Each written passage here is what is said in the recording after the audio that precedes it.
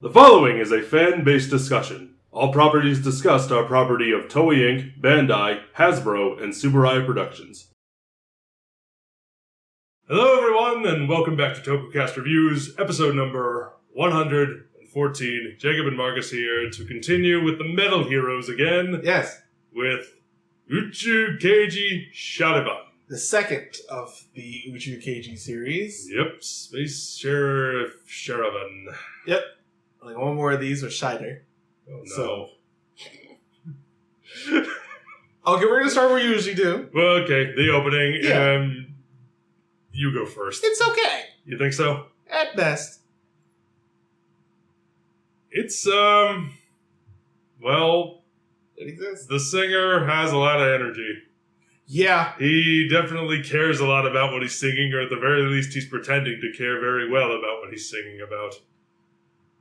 Say, power. Joju Sentai Sharivan.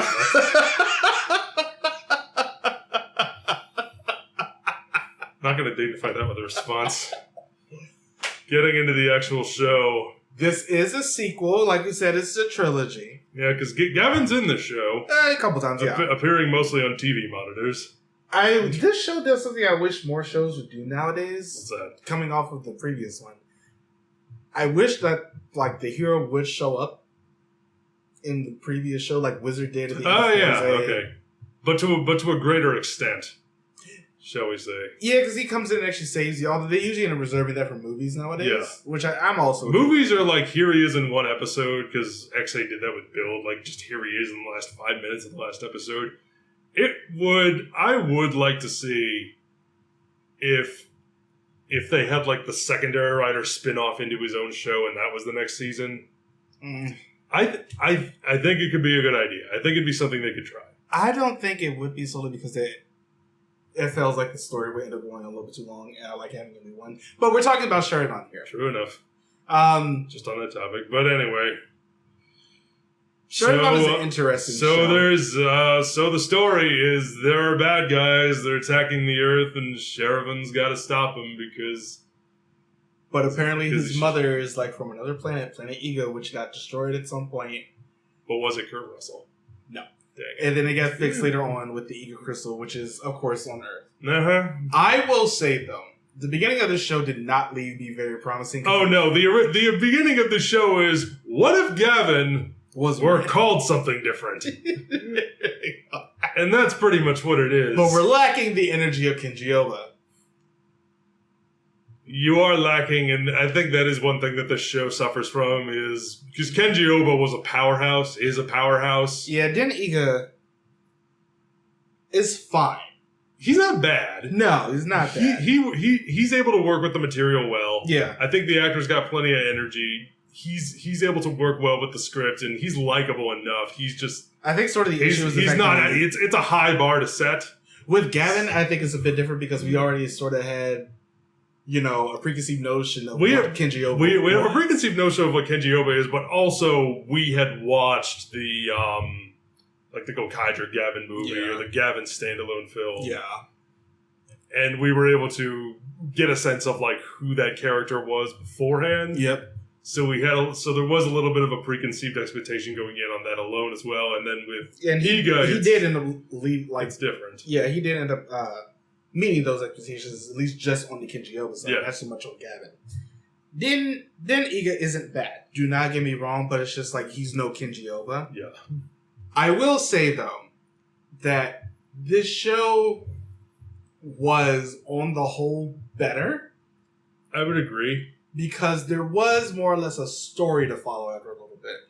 With the whole other planets and all the other people that end up coming in. They go more cosmic? Yeah.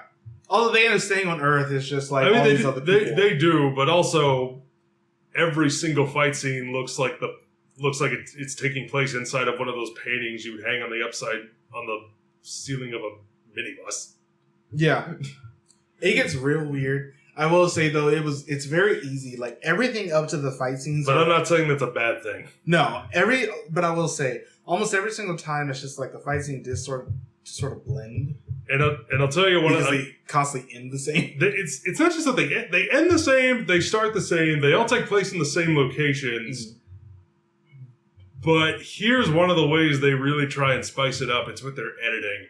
Yeah. The action in this show is extremely kinetic. Yeah. The way they are constantly, it feels very abstract and surreal. The way the action is edited and the way they move around in the space. Like, we are jumping up on platforms that aren't really there. Like, the way we're moving around within the space. Like, there's no ceiling here, but I'm going to jump here, and now we're fighting on the ceiling, and now we're on the wall, and now we're on this floor, and now we're in some ruins with a crazy skybox, and it jumps around a lot throughout, and they carry that throughout the show. I will say as well, they started taking some things from, I'm just going to say it's Jackie Chan's playbook because this is when I really started to hear from it. Okay. I remember seeing an interview with Jackie Chan. It's just like, go on. We film punches twice, once from further away and once from close up to show the actual impact. Mm-hmm. And they do that a couple times here. It works in action scenes when you're throwing like punches and kicks of that nature. It does not work with explosions, which they are also guilty of doing in the show. It's the Cal explosions from the Power Rangers era. Except they actually do it in front of you. True enough, but we have the explosion, then we cut to just like a different angle with the explosion where it's just closer. It's usually that. It's a close-up with slow motion. But the issue with that is, especially on these older shows, you can see where they think that the explosion is going to come out from. Like where it is in the ground. Yeah, you can, a lot of times you can see, it's like seeing the spark packs or seeing where the charges are, where the flame charges are and whatnot. Yeah. And it's not just that. There are a lot of them. I can see them trying to cut around it, but after a little while, it's just like you see the frame right beforehand where like the line on the back where the sparks are going to come out from. It could get It's a bit much. Yeah. But I will say it's a bit much. Them going into the Vision world or whatever the other evil world is whatever you want to call it was a bit more interesting this time around. Because like you said, it was they usually try to fit it to the monsters that they're fighting that week. Mm-hmm. So it's just like something like a present monster who like come out of presence in that Vision world and stuff like that. I thought that was interesting. And suddenly we're delving into the realm of like Looney Tunes. Yeah.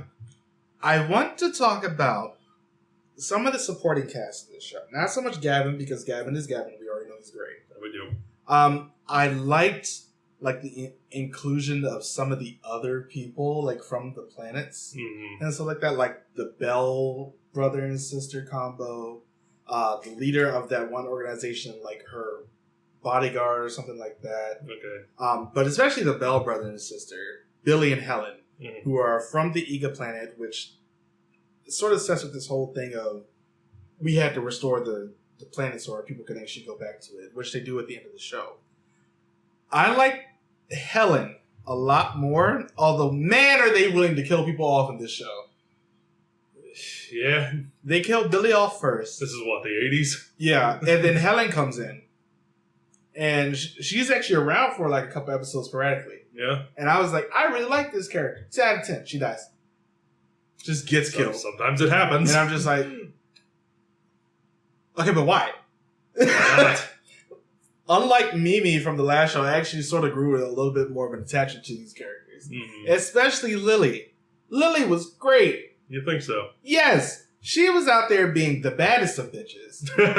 Out there undercover, following the monsters, following the bad guys. Seeing actively participating in the story. Out there shooting and fighting these people. I'm sitting here like, I loved her character in this. I was very confused at the ending, where they just left her on Earth. They don't give a reason. They like show a close-up. It's like, I wish I could go with you. And I'm sitting here like, why can't you? We only have 2 seats on the spaceship. No, because they had a whole bunch of people behind him. I will say, the villains at the beginning weren't great. Check about like Mr. Face in the Sky and everything else. Doing King Psycho. How about how do we feel about the use of kids? It's better the same kids from Gavin. Yeah, but better or worse? What do you think? I don't care about them. Yeah, because same. I started to focus more on the villains. And the reason I started to focus more on the villains is when Raider came in. The guy from, like, he was a ghost part of the time. Mm-hmm. He made the villains a lot more interesting because he started to play them against each other. Mm-hmm. And I really appreciate that. Because up to this point, they were just like standard villains. We have this guy. They were just your standard Toku bad guy organization of we shall send a monster out to defeat the hero. But this time it's sure to work. Yeah, but then Raider comes in, mm-hmm. and there's General Geyer who looks like a really really discount Wolverine, and Dr. Poltergeist, I guess. Mm-hmm. Miss Demon 1 and 2, mm-hmm. we were just there. Yeah. I'll talk about one of them in a second because she has probably one of the funniest things I've seen in this entire show. Okay. But yeah, Raider comes in and really starts to play them against each other. Like, putting like post-hypnotic suggestions to everybody's head and everything. It really just messes with them. Turns Gyra against everybody. Can you think of other examples in Toku where that's happened? Because the only other one that really jumps to mind is like Tokyuger, where we had the competing generals. Jetman. Jetman, really? Yeah. I don't know. Radiguet really started to play everybody against each other a little bit. Okay. And just, Tranza. All of that. That was just very interesting. But Raider in this case, this is when I started to get really interested into the show. Because he comes in, immediately started messing with Gyra because he wants to usurp King Psycho, who's basically just like a supercomputer or something. And his machinations turned to get first Gyra killed, and then himself killed, and then Dr. Polter killed, and then Demon King Psycho. And he actively starts to like work against their plans to make sure that he's always at the top of the ladder. But after a while, Sharivan ends up getting with him too. I love his entrance. Right. When he like shows Sharivan in the coffin, like falling out of the coffin, and then his body blowing up. I was like, what is happening? Why am I into this show now? This show is not afraid to get weird. No. And I really appreciated that. Same. Like, what was the name? Because this is one of the things that I've been saying, and I've said in a lot of, whether it's Toku Pitch or how we would fix it, whatnot, I've always said, like, lean into X more, lean into Y more. Yeah. And this one made sure they are not afraid to lean into cosmic weird nonsense. And I'm totally okay with that. Raider ends up bringing in basically like this puppet that's sitting on like these stilts or something called Gamagon for like 2 episodes near the end. Yeah, why not? And the weirdest thing about this is that they end up seeing like the Ega crystal, which is like sort of the planet Ega's core. Yeah.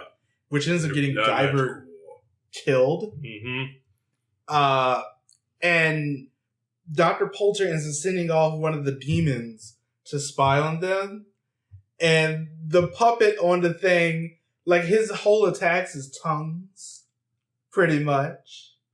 And then he just grabs the demon that she sent, like one of the main, underlings of this, and just eats her. And I'm sitting here like, wait, rewind, what? Why not? This show just got so... And it happened so fast. It was hungry, why not? It happened so fast. And I'm just sitting here like... That gets back to what I was saying. This show is very kinetic. Yeah. Something really weird will show up, and it doesn't give you time to think about it. They really embraced just how out there of a concept a space sheriff fighting aliens can be. Yeah. So it's like, you know what? Because Gavin, for the most part, it could get got a little silly, got a little crazy sometimes. In this one, it really felt like they just wanted to embrace that aspect of it, and because it starts off very bland. Yeah.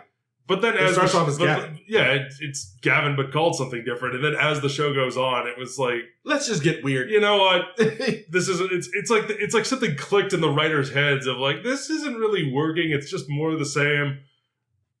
Let's change it up a bit. Let's get as weird as we can. Yeah, weird as they'll allow us. And it got real weird real fast.